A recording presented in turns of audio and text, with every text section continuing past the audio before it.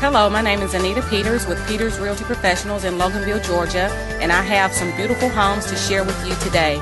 Information deemed reliable but not guaranteed.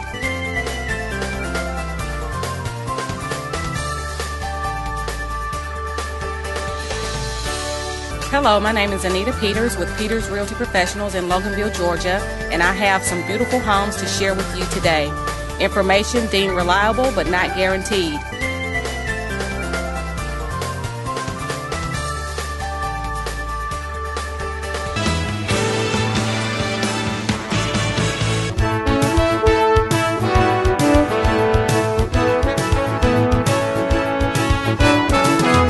First of all, I want to thank each and every one of you for being here today, coming out here. And before we get the meeting started, I'm going to ask Reverend Margaret Adams from Pleasant Valley United Methodist Church for an invocation. Thank you.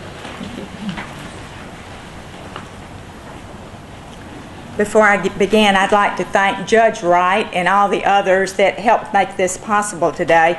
We know that we all loved Greg Adams. What a wonderful person, and it was my joy to be his pastor for the last year and a half of his life.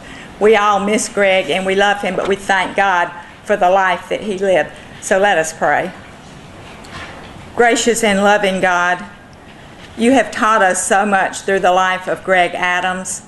Lord, for most of us, over 99% of us, had we had a life-changing accident at a very young age, we would probably crawled off in a corner and that would have been the end of us. But Greg was not to do that. Greg gave a life of service for the people of Monroe and the people of Walton County. He loved each one of you so much, and by your presence here today, we know that you loved him as well. God continues to lead us, to guide us, and he calls us to be encouragers to others, just as Greg was an encourager to so many of us. And as I was thinking about him this week, the scripture from the book of Micah, from the prophet Micah, suits him so well: to act justly, to love deeply, and to walk humbly with your Lord. And the paraphrase of that is by Margaret. God bless you all. Thank you. Thank you, Reverend Adams. Good afternoon, everyone. I'd like to welcome everyone here today and thank you for taking time out of your busy schedule to be here. It's an honor and a privilege for me to be standing here honoring such a great man. We're here today to celebrate and to acknowledge the accomplishments of the late Judge H. Greg Adams. He defined what a true public servant is, or should be. He was honest, dedicated, and loyal to every citizen in this county. He was fair, and he showed respect to everyone that walked through that courtroom door. Whatever the problem was, he would always give you the opportunity to say your piece. And after all, that's what most people want anyway. It's just to be heard or to hear their story to be told. Judge Adams was a very hard worker. Every physical activity that he done was a challenge to him. Just the little things that you and I take for granted, such as answering the phone, using the computer, opening up a book to a certain page. That was difficult for him to do. Very difficult task, but not one time have I ever heard anyone say, nor have I ever heard him complain. Complaining was just not in his vocabulary. And as I've said before many times, and I think some of you have probably heard me say this, but whenever you have to get up at 4:30 in the morning to be at work by 8:30, you've done more work just getting to work than most of us do all day. So with that being said, I'm going to ask Mr. Russell Preston to come forward and make a few comments. Thank you, Bruce. Good afternoon. It's not every day we come into a government complex like this to dedicate a courtroom But then again, it's not every day we don't think about Judge Adams. When Greg was elected in 1980, the fall of that year, he only won by, I think, 326 votes. It wasn't that many. And about 2006, I conducted an interview of him downstairs in his chambers, in his courtroom. We talked about all kinds of things. It was really a great interview. He just kept talking and talking and talking. So I started asking some questions about the transition period. I said, well, Judge Adams, I said, well, what was it like, the transition period from the election to January the 1st? And he didn't answer me. He just started grinning, and he had a platform on his chair. He just started shaking his arms around like that and just grinning. And he didn't answer me. So I pushed it again. I said, well, Judge Adams, what was it like? Surely you just didn't get the key to the door. He said, I got the key to the door, Russell. And look what happened. Pretty good. Well, Judge Adams had really 3 courtrooms. The first courtroom wasn't really a courtroom. It was in the ordinary's office. To those of you who don't remember, the courthouse was restored in 1995, but prior to that, if you walked in the front door, to the left was the ordinary office, and it had a glass door with a metal across, like you'd see in a department store in the 1960s. Had a bell at the top, and so you walked in the bell, and there was a counter. The court's records were in the back corner. This is Judge Sorrell's chambers I speak about today, but where Harriet was a big window. That was his office. And that was a dark room. It had dark paneling on it, had these hideous, awful things in there. And Greg never really liked it, but it had a big window, so he had some light. All his hearings were held there. All traffic matters were held there. All probate matters were held there. So one day he came by, and I went by to see him. He says, hey, Russell, guess what? I said, what is it, Judge Adams? He said, the county is going to buy the Williamson Furniture Building. I said, you mean Jim and Miriam Williamson's building? He said, yeah, they're going to buy it, and we're going to move across the street. So he was so excited because for once he had some input into what was going to go on across the street. He got to design his record room, his office. He got to design his desk that had to be adapted for his use. And he had his courtroom. Judge Adams, I don't remember the exact time, but he was at one time the magistrate judge of Walton County. So that courtroom was used by him, later on Judge Pierce, and the Walton County Board of Commissioners. So he had to juggle his hearing times between those other two, between Judge Pierce and the Board of Commissioners. So then one day, he was saying, hey, Russell, come here, I want to talk to you. I said, yes, sir, what's going on? He said, the county's building this new building, and come over here, I got these plans for my new space in the new government building. Now, he had just a defined area of what he going to have, but he got to fine-tune the inside of that. Oh, he was so happy. Judge Adams was so happy about that in his courtroom. He was, I can't tell you, he was just so thrilled. For once, he had a courtroom that was his. No one could use that courtroom without his permission. Not that he would not ever give his permission. He was not a man like that, but it was his courtroom. It was Judge Adams' courtroom. And I don't think I ever saw him any happier than when he was on that bench sometimes down there in that courtroom. The last time I saw Greg Adams, he was scooting down that hallway. Y'all know that hallway downstairs. He was just getting it. Let me tell you one other thing about Greg. I remember years ago, I went over to speak to him, and Linda and Judy were working then, and he wasn't there. And I said, well, where's Judge Adams? Has he gone home? They said, no, he's gone to Jeff Coates. I said, gone to Jeff Coates? I said, well, his van's outside. He's not at Jeff Coates. He said, yeah, he's gone to Jeff Coates in his motorized chair. I said, you've got to be kidding me. I said, you better call the sheriff or somebody, make sure he's all right going down there. He said, no, Russell, he does it all the time now. I said, oh, my goodness. Greg Adams. In that same interview, he talked so much, and I had to really press him about the accident. And that's the first time I ever really asked him direct questions about that accident. And he was forthcoming about it. But it was the years of his depression. I can't tell you what he went through. I could have never survived that. I don't think I could have done that. But he did survive it, and he went back to school, and he went to graduate school, and he graduated. And, for a man to campaign in a wheelchair in 1980, I remember seeing him on the courthouse square and Judy was across the street, but he was on this side of the building, and he was just stopping people and randomly and campaigning. And he beat J.B. Blasingame. He'd been in the ordinary for 31 or 32 years, and he had a mastery of the probate code. I wish I had a mastery of the probate code like that. I could run things by him and bounce things off, and he just clicked it right out.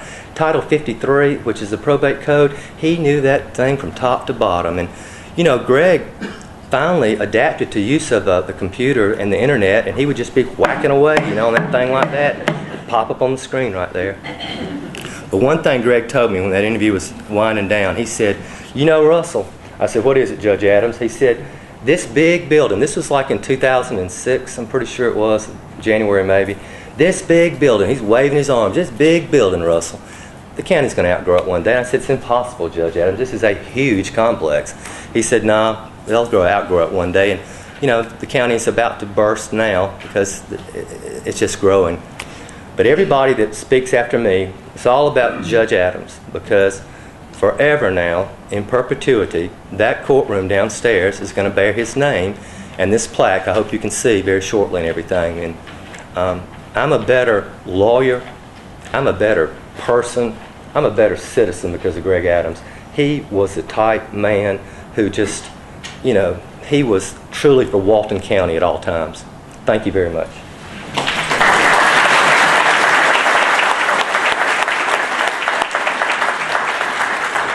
Next, we have our Chief Superior Court Judge of the Alcovy Judicial Circuit, John Ott.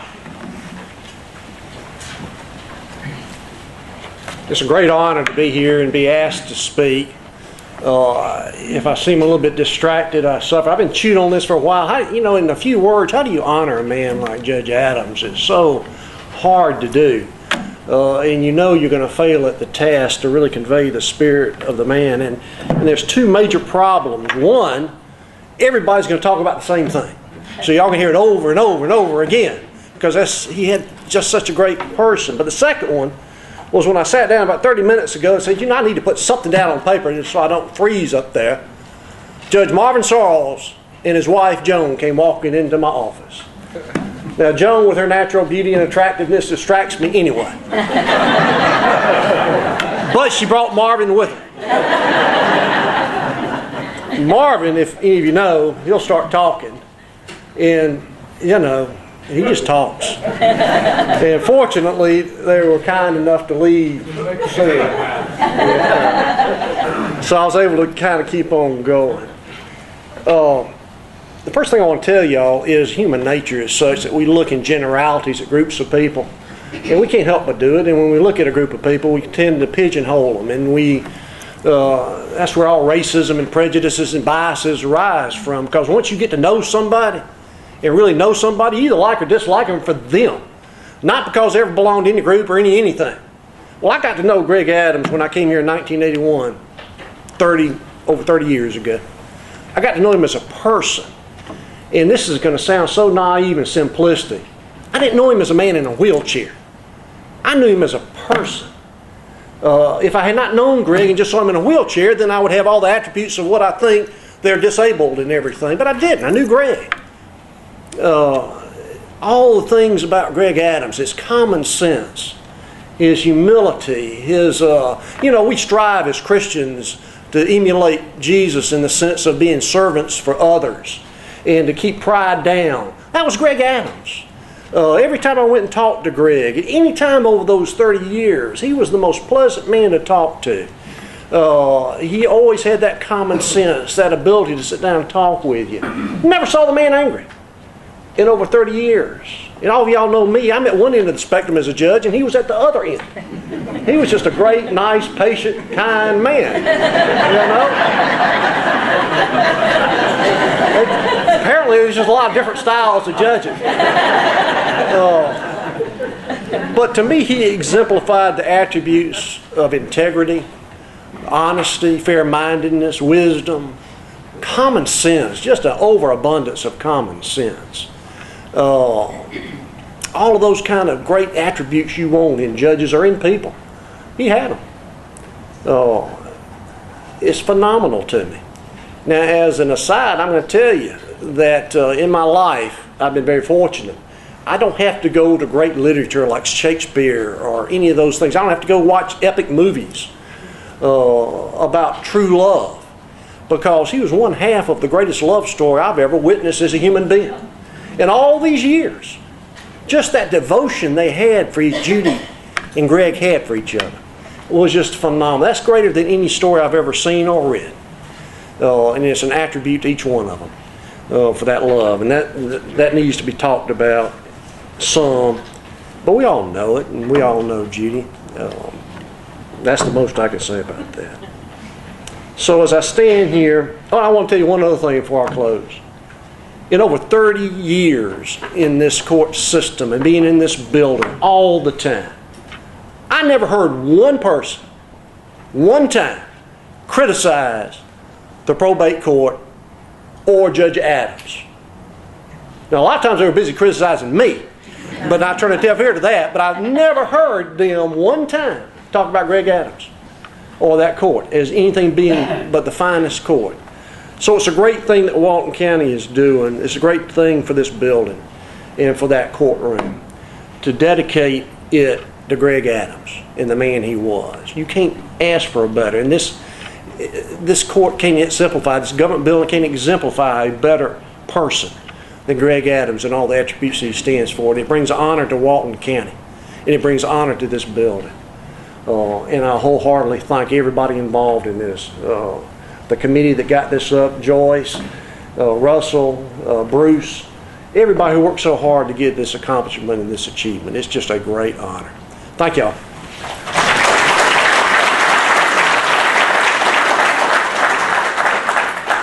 I hope I haven't broken your streak after 30 years. Next, we're going to ask Mr. Wyman Poole, who's a special friend, to say a few words. All the things you've heard about Greg Adams is true. I take full responsibility for all of it. I was Greg's rehabilitation counselor. So, as you know, when people come in usually with quadriplegia, you're thinking, well, perhaps they will just sit around and not go back to work. Greg Adams, from the very first day he marched in, let it be known to me that he had fully intended to have a successful career, and that he wanted rehab to help him attain that. We gave Greg a series of tests, and we quickly determined he had a boatload of sense, meaning high IQ. He had an interest in working with people, and he had some excellent organizational and leadership skills. So after discussing the career options, we decided that he could become a rehabilitation counselor, with the idea later on he would move up in management. And that was our plan. Greg seemed to have a good support system behind him.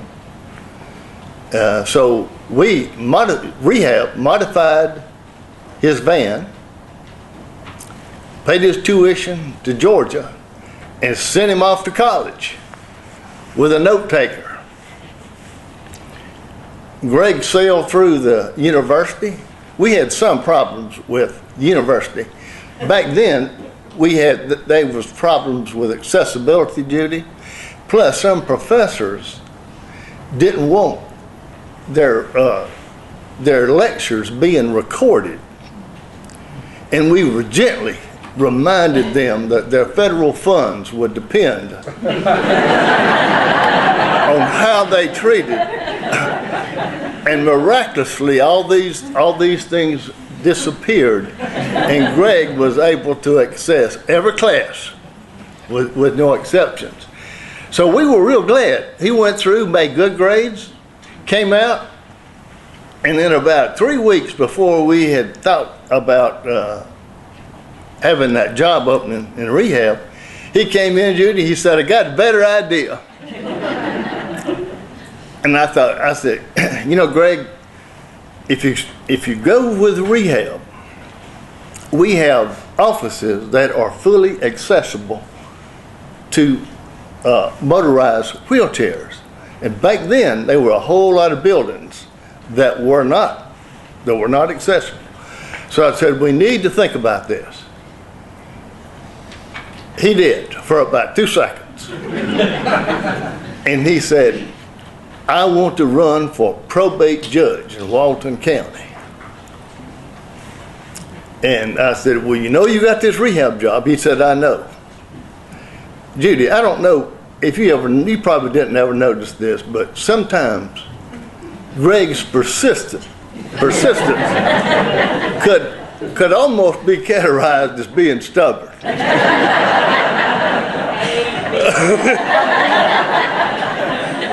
I figured you and his staff might have noticed this on occasion. I noticed it a long time.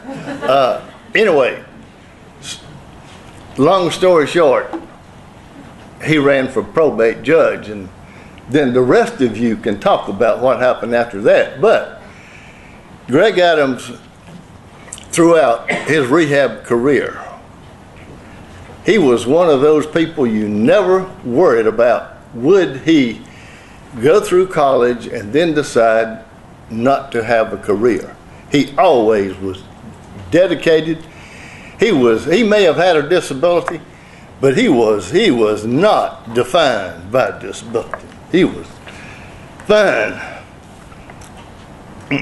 Anyway, Gregory, as I often told him, I said, Greg, you know, you could be a poster boy for rehabilitation services. You went through the process, you made it through, you're about to go, you went to work, you served 20 years, 30 years as a probate judge. And, you know, you could say the same thing even today about he could be a poster boy for a probate judge, because I've heard all of you describe, you know, all the things that he has done and accomplished. And I always kept up with him. As Judy knows, I would go in sometimes for a cup of coffee, and at the appropriate time, after I was there, maybe I was retired, so I had a lot of time to talk. But Greg's staff, he had them trained. They would come in, and every 15 minutes you were sitting there, they'd say, Mr. Adams, your next appointment's here. There was nobody out there. He was doing that to his rehab counselor. But I understood that was the system, the way he worked. And we had a person in our office that got a speeding ticket. Oh, she was upset. She said, you know Judge Adams. And I'm thinking, I hate to do this. But she was crying and upset, so I went in and talked to Judge Adams to see if I told her, don't expect a lot. Anyway, he reduced the amount so that it wouldn't appear on her driver's license. And I said, girl, we're leaving. She was kind of wanted the whole thing taken off. I said, you don't know how lucky you are for him to have reduced this. But as everybody pointed out, a little footnote to this wonderful day goes to Miss Judy, because Judy, I was thinking of a song, and that wind beneath my wings song, because you did that. You provided that support, and man, did he soar. And that's why we're here today. And I thank you for remembering his old rehab counselor.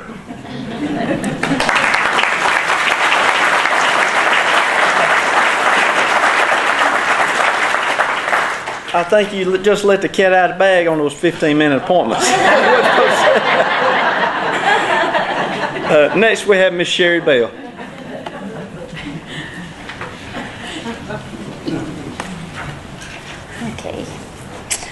Okay, we are here today to dedicate the Walton County Probate Courtroom to Judge Adams. Judge Adams would be deeply humbled and deeply honored at this occasion. Judge Adams was an extraordinary person, He meant many things to us girls in the probate court. He was our judge, our boss. He was a mentor to us. He was a comedian. And he also was a father figure to some of the girls. But most important, he was a dear friend to us. Sorry. To me, Judge Adams was the perfect example of a dedicated public servant. I worked for Judge Adams for 15 years, and he never took a vacation. He made himself available to all of the citizens of Walton County every day. There's not a day that goes by that we don't think of Judge Adams. We miss Judge Adams dearly, and we love Judge Adams dearly. I believe that I'm a better person to have known him. Thank you, and thank you for coming today.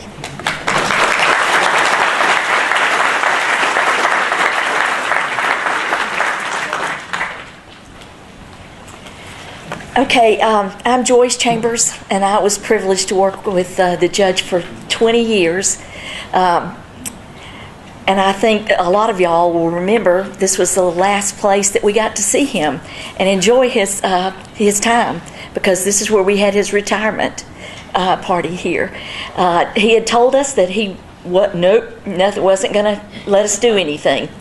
And Sherry was talking to Judy, and Sherry said, well, he's going to be very upset at us. And Judy said, just tell him Joyce is doing it. He don't ever get mad at her.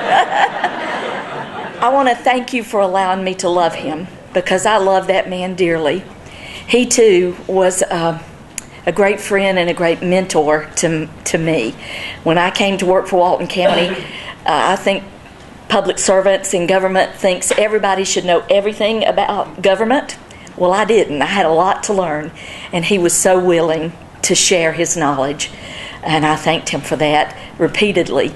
So now we're going to do what we're here for, and that's to present the plaque. But just prior to that, Miss Judy, the ladies that work with Judge Adams and myself, we have a little something we want to give you.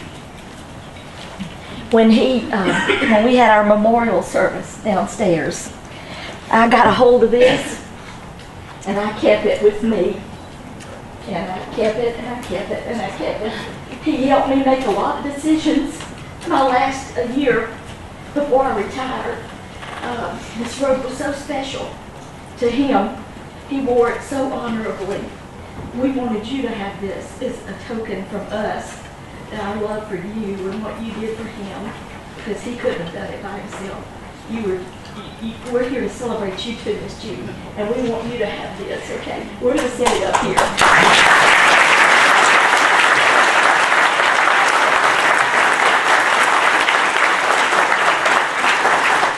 I also want to bring your attention to a very wonderful scrapbook by a wonderful lady, Linda Mathis.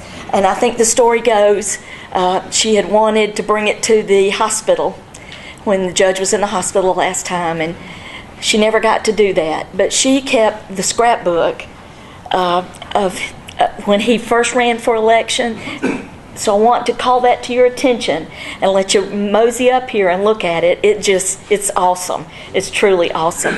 And now, to make this even shorter, I would like to present to you my last project as a Walton County employee, and this is the plaque that was made possible by the donors that are on the back of the program. We couldn't have done it without all of them. So I want to thank everyone for that. But it's truly a wonderful, deserving plaque.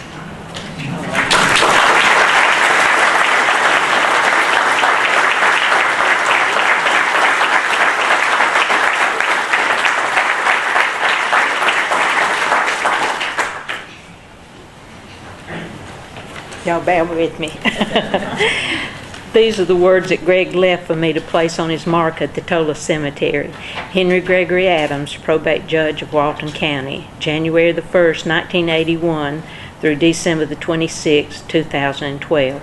Born December the 5th, 1944, died December the 26th, 2012. Quote, as you can see, I am very proud to have been a part of the history of Walton County. I most sincerely can say that the electorate They've tried to teach me how to say that word for a week. Of Walton County, bless me with the best and most rewarding of all possible jobs. End quote. Our families want to thank everyone involved in this ceremony and everyone for coming to this wonderful celebration. Thank you.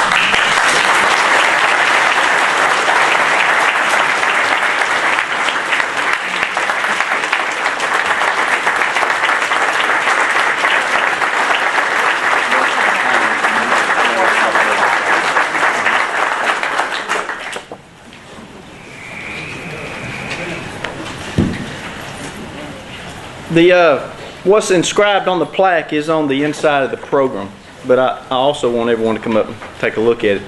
And a little bit more of just a follow-up on the scrapbook. As Ms. Joyce said, Linda Mathis worked with Judy for many years at the bank. And Judy and Greg had no idea about the scrapbook being made.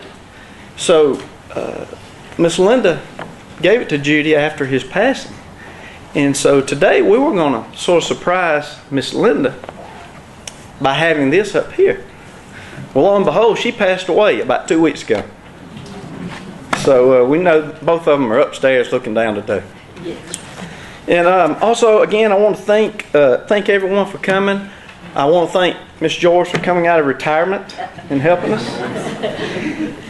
Also, a very special thank you to all the sponsors on the back, because it would not have been available without that, using the private donations. And I also want a special thank you to Mr. Russell Preston, because he worked very hard.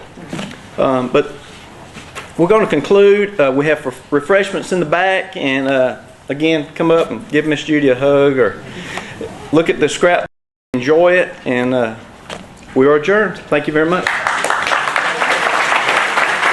Good morning. My name is Niall Briscoe. I'm a Monroe native and a columnist for the Walton Tribune. And I have been asked to give a brief history on one of the displays that was at the Monroe Art Guild's Remembering Monroe, the display on the E.L. Allman Company Funeral Home. I'm going to give a small history background of the funeral home and then mention several of the particular pieces that comprise the exhibit.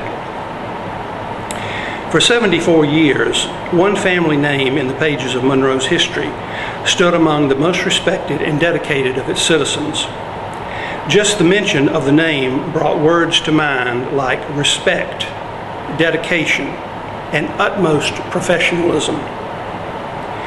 From 1898 until 1972, the name of E.L. Allman was not only synonymous with civic and community endeavors, but the family business, the E.L. Allman Company Funeral Directors, brought comfort and solace to thousands of families they served during their long professional career. Founded by E.L. Allman Sr., the business began in Social Circle as Allman Hardware Company. In the rear of the store was a side business serving as the town funeral parlor.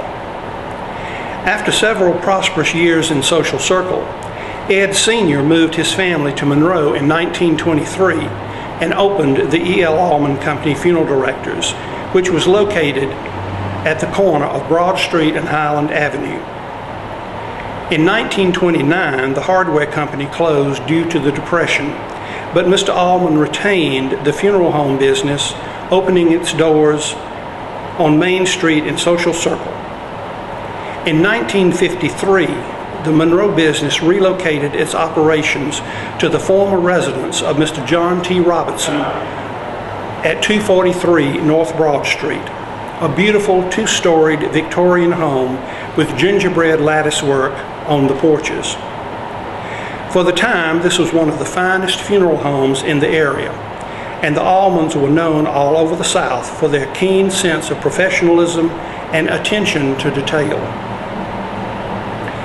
In an interview for the 1968 sesquicentennial edition of the Walton Tribune, Ed Allman Jr. said of his business, "No one has ever been turned away because of limited resources or lack of funds. Regardless of the price the families choose to pay, Our full facilities are always available to all and within the reach of all. The old adage, "death takes no holiday," is certainly true, and no one could better relate to the phrase than the Allman family. The carefully chosen team that comprised the staff at Allman's was always on hand and ready to serve and assist families when death knocked on their door. Regardless of the season, the time of day, and even the holidays, when you call the E.L. Allman Company in time of need, they were always there to lend a compassionate hand. In a Tribune column by Sanders Camp on June the 17th, 1949, he quoted, "Sunday I attended a funeral in another city and was forcibly impressed with the one fact I have always been on several other occasions in my life: to give credit where credit is due. I have never seen yet a funeral conducted with as much dignity, tact, finesse, and thoughtfulness elsewhere as we see done by the Allmans on almost a daily basis. Mostly little things, some commonly noticed by many, but those are the things that add up mightily when the performance is reviewed as a whole." It takes a special person to be a funeral director, and it seems that the Allman family was well suited to the call. No person perhaps comes closer to the lives and heartstrings of a community than that of a funeral director. It is a position that carries great professional responsibility, plus an incalculable opportunity for public service and personal concern. After the death of founder E.L. Allman Sr. in 1959, the daily operations were handled by son E.L. Allman Jr. His son Edward III joined the firm in 1957, following in his father's footsteps as one of Monroe's most civic and cultural leaders. Ed Allman Jr. embarked on a similar civic journey, serving in many official capacities, even serving as mayor from 1943 until 1946. When E.L. Allman Jr. retired in 1972, the business closed, bringing to an end 74 years of dedicated and professional service to the Monroe and Social Circle community. There is an impressive record of service by any account, and it is summed up by the following poem. "The midnight hour, the darkest hour, that human grief may know, sends forth its hurried summons. Ask me to come, I go. I know not when the bell may toll. I know not where the blow may fall. I only know that I must go in answer to the call. Perhaps a friend, perhaps unknown, 'tis the fate that turns the wheel. The tangled skein of human life winds slowly on the reel. And I'm the undertaker. Cold-blooded, you'll hear them say, trained to the shock and chill of death, with a head that's cold and gray. Trained? That's what they call it. How little can they know the rest? I'm human and know the sorrow that throbs the aching chest." Bennett Chappell wrote this poem, and it was entitled "The Undertaker." There are a lot of good memories I have from being associated with the Allman family through several generations. And the Allman family buried a lot of my relatives over the years. And like Sanders Camp said, the professionalism, the attention to detail, the smallest little thing was never overlooked when you called on the Allman family for help. I just wish that in today's time there were more funeral homes and people in the business, like Mr. E.L. Allman Sr., his son Ed Jr., and Ed's junior son Edward III. You knew when you called upon them you would be well taken care of. Thank you. The display that I did for this exhibit came from many years of collecting memorabilia from the Allmans. And one thing that I found impressive was a photograph that I was given that showed 4 generations of the Allman family. There was Mr. W.V. Allman, there was E.L. Allman Sr., E.L. Allman Jr., and he was holding his young daughter Betty Allman. And this was circa 1930s. 4 generations of the family. Mr. W.V. Allman was also a state senator, and he had dabbled in the funeral business, which is where I think his son E.L. Sr. got the bug. The funeral home that was on 243 North Broad Street, which was the home of Mr. John T. Robinson, was a beautiful structure and was right across the street from the Davis Edwards House, which is now known as the Walton County Historical Society. This building, just looking at it, you could see the charm and the serenity of the house. And back in the day, some of the larger funeral homes like to have a name, like H.M. Patterson and Son in Atlanta. Their main funeral home was called Spring Hill because it was on Spring Street and it was on top of the hill. So when they moved to 243 North Broad Street, because of the association the Allman family had with the Patterson family, they decided they wanted to give the new funeral home a name. And it was Ms. Ed Allman Jr. who gave the name Broadlawn. They were talking about the house, and Liz said, well, it's on Broad Street, and it's got a big lawn. Why don't we call it Broadlawn? And the name stuck. So for years, instead of saying the E.L. Allman Company, if you said, I'm going up to Broadlawn, people knew where you were going. The E.L. Allman Company was a member of an elite group of professionals called the National Selected Morticians. And in order to be a member of this group, you had to be invited by an existing member of the organization. And because of the friendship that the Allman family had with the Patterson family in Atlanta, Mr. Fred W. Patterson invited E.L. Allman Sr. and his funeral home to become a member of the National Selected Morticians. And this group was, if you lived, say, in Philadelphia, and you had a relative to die in Monroe, and you wanted the funeral home in Philadelphia to handle the arrangements, they would look in Monroe, Georgia, and see if there was an affiliate of National Selected Morticians. They would see the name E.L. Allman Company.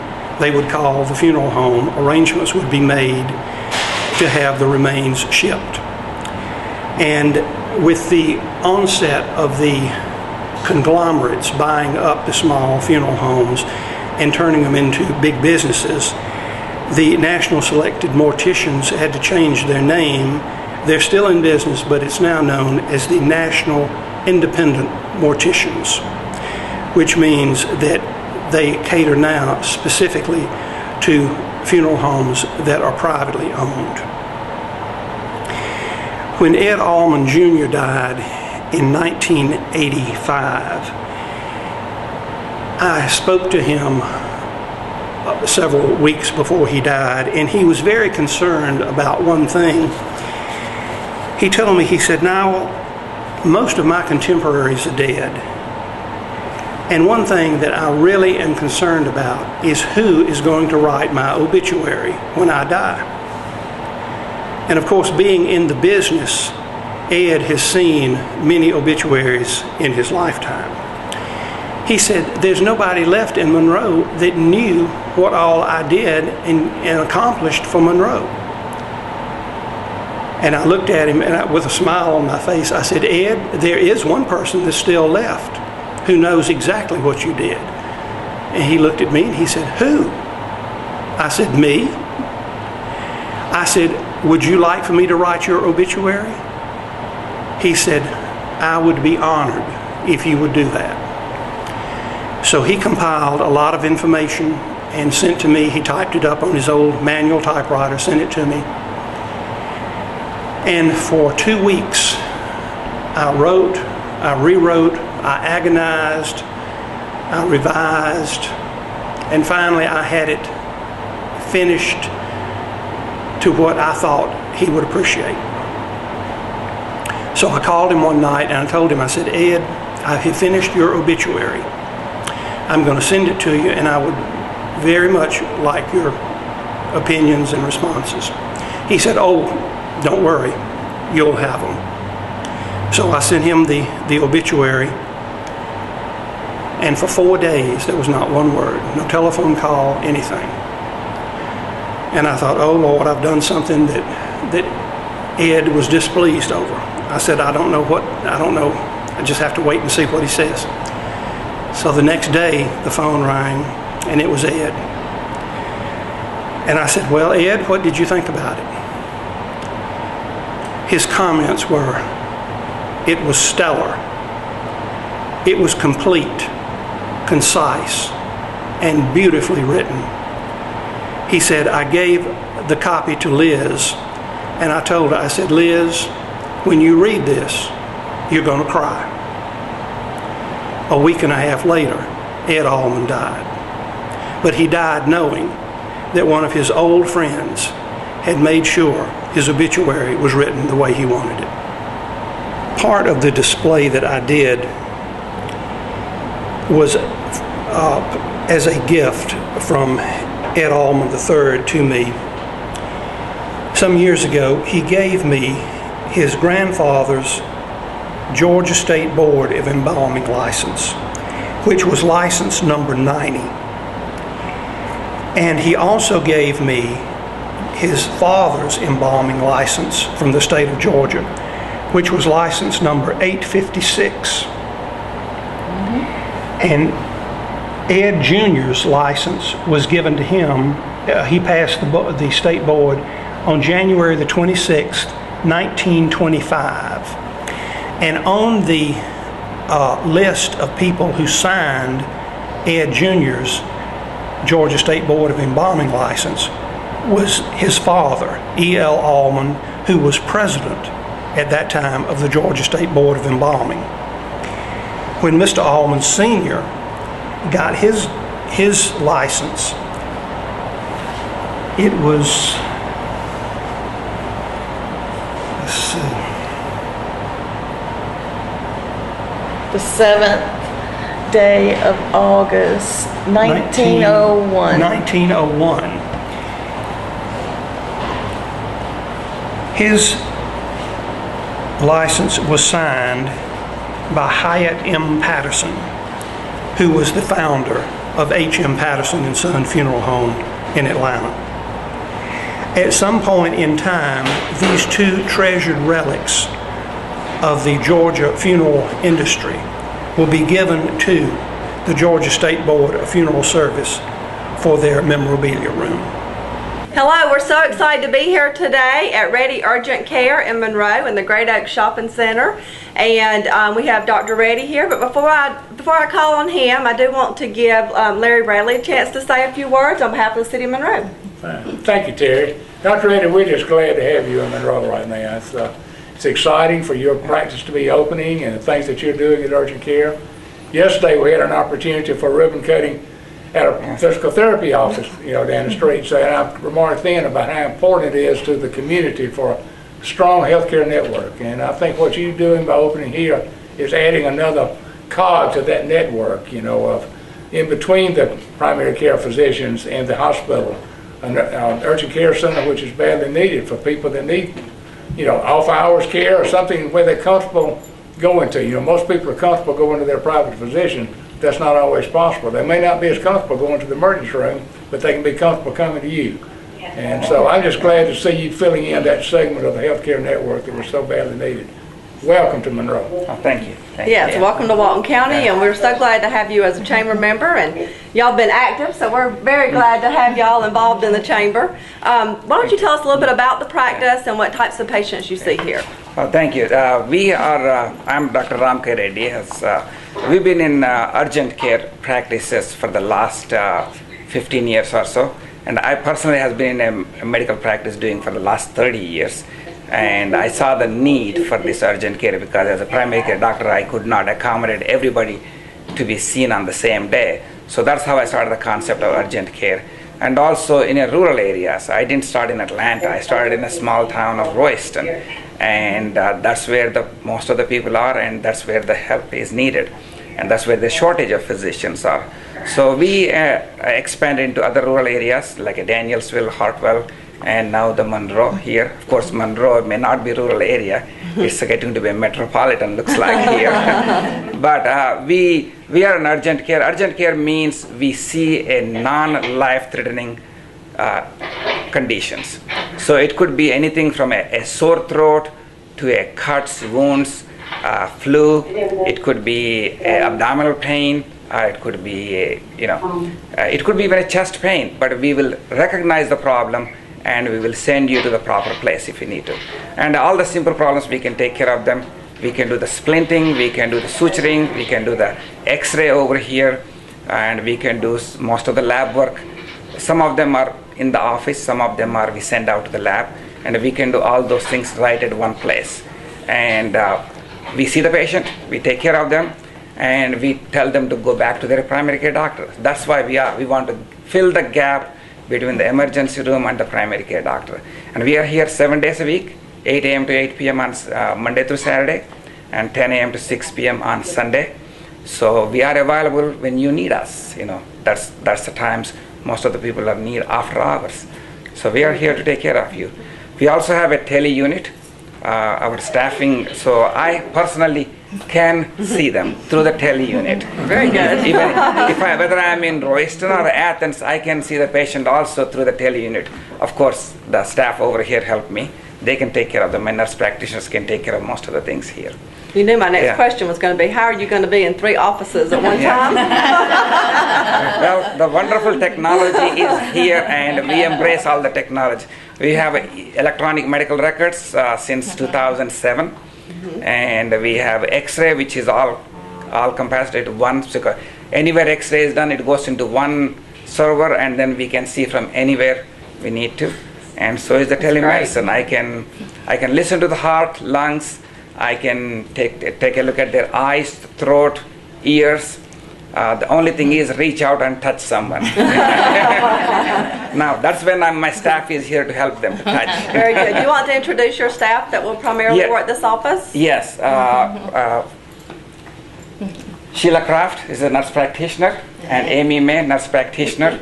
And where is Tamika? She's with the patient. Yeah, Tamika is with the patient. And of course, Sunita Singh is our business development. She is here and everywhere. Yeah, she is. Amanda is somewhere. Amanda is our chief operations officer. She is also at every place. And that's the main staff. We'll have a receptionist and a medical assistant who take care of all those things. And of course, if we need more people, we will accommodate more people. It depends on how the Monroe can support.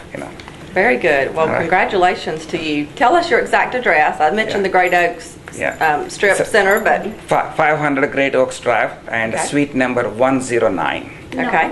Yeah. Next to Sears. Suite 9. Suite 9. I'm sorry, Suite 9. Suite 9. Okay. Next to the Sears Center here. Okay. Yeah. Now, do you accept walk-in patients, or do they have to call? We don't need no appointment. Okay. They can walk in and be seen immediately. That's the whole idea of taking care of them. Okay. If they wanted to call, what's your phone number? It's Let's use the center one, 706-621-7575. And we also have 877-621-7575. Okay. Very good. Yeah. Well, congratulations to you. You ready to go outside and cut the ribbon? Oh, thank you very much. Yes, of course we will. Okay.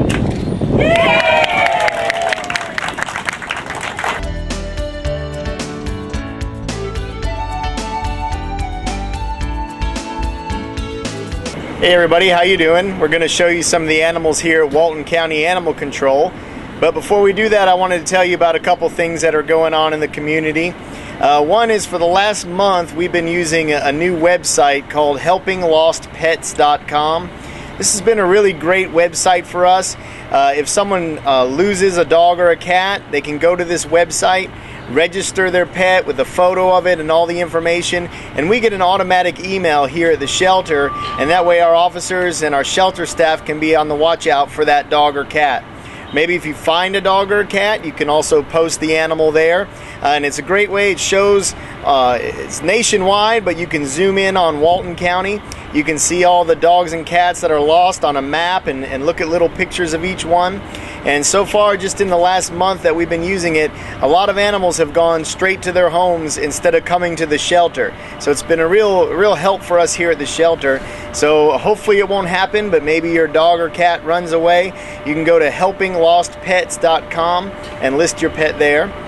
The other thing that's going on is the Atlanta Humane Society is going to be back in Walton County one more time with their mobile spay-neuter clinic. Maybe some of you were last time they were here, but it's just $35. I mean, you cannot beat that. They're going to bring their RV. It's a mobile spay-neuter clinic. They're going to be at Tractor Supply in Monroe. This is going to be in the beginning of July 2nd and 3rd, but you need to call now to get an appointment.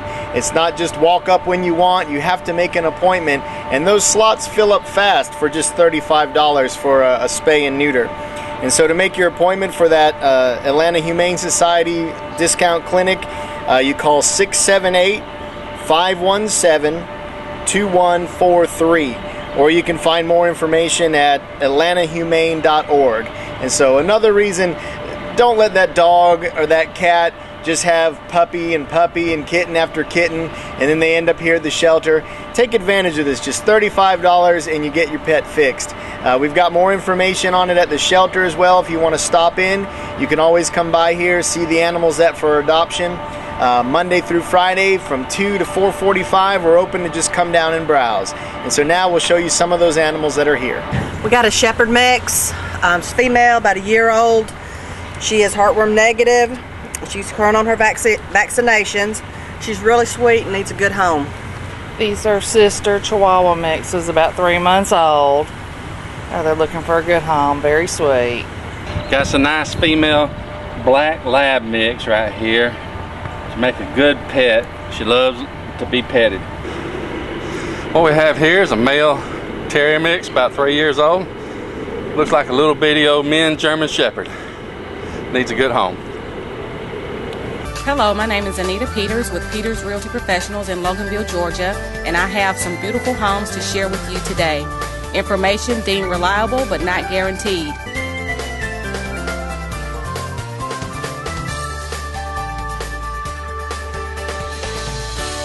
Hello, my name is Anita Peters with Peters Realty Professionals in Loganville, Georgia, and I have some beautiful homes to share with you today. Information deemed reliable but not guaranteed.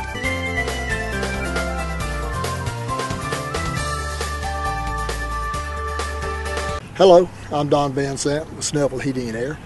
I'd like to thank you for your support all these years, and I'm pleased to announce that we're adding plumbing to our list of services. Any of our loyal customers in Walton County that uses our plumbing service during the months of April and May will receive a 10% discount. Again, I'm Don Van Sant with Snellville Heating and Air, 770-982-9800. Lennox is more than just a name. We lead the way in home comfort products. Our invention of the first forced air furnace back in 1895 changed the way America lives. Snellville Heating and Air is a Lennox premier dealer. That means they're trained and evaluated to meet the highest standards in the industry. Lennox continues to lead with high-efficiency technology and superior equipment. And it's all backed by Snellville Heating and Air. Some of the best people in the business.